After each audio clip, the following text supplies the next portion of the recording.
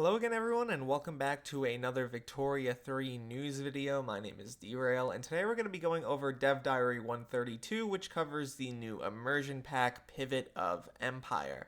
I'm going to be going over my initial thoughts here, and I've got to say out the gate I think this looks pretty solid, all things considered.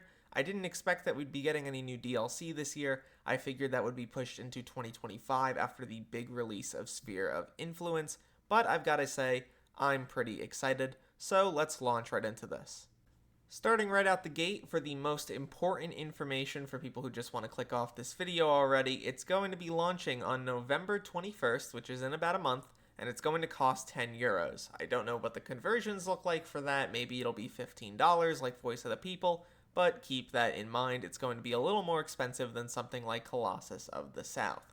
That is, however, because it will come along with a little more content focused on the Indian Subcontinent.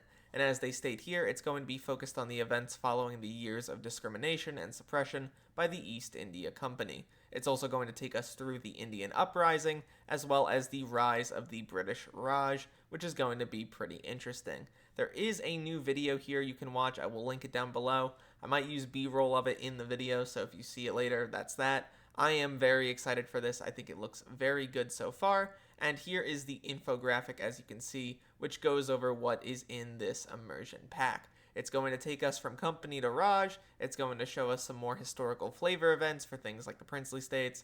It's going to go over the Indian independence movements at the time. And it's also going to give you a lot of opportunities to create an independent India, Hindustan, Pakistan, whatever you want.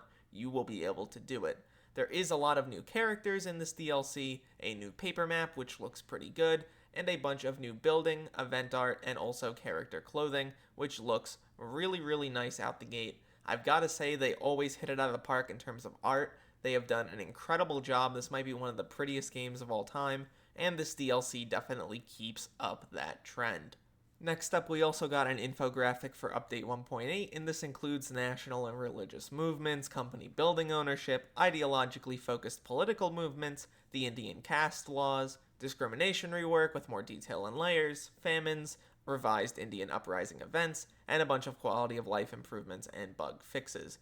Keep in mind also, while the caste system laws and updated Indian uprising events are part of the free update available to all players, narrative content related to them will be added in Pivot of Empire, along with additional content related to religious tensions. So keep that in mind. You'll be getting sort of the base form of this for free, but if you want all of that detailed information, you will need to pay into the DLC.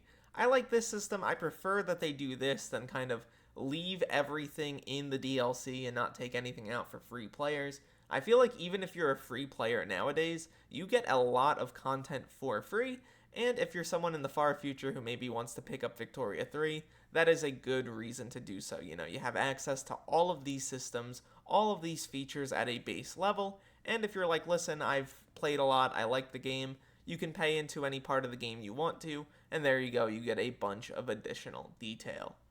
For this last part of the Dev Diary, they're kind of just going over additional housekeeping information, you know, the release date of the DLC, the price of the DLC, and also that there's a Steam store page, which actually has some pretty nice screenshots. On top of this, there's going to be another Dev Diary on the 24th, which is in 2 days, where we can look at the selection of narrative content. I've got to say, I am pretty impressed. This looks pretty solid, all things considered.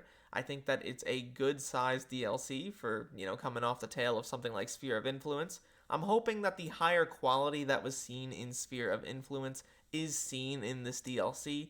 I've got to say, though, once again, Update 1.8 looks very good so far, and I'm incredibly excited to see how it's going to turn out in the future in this, next month.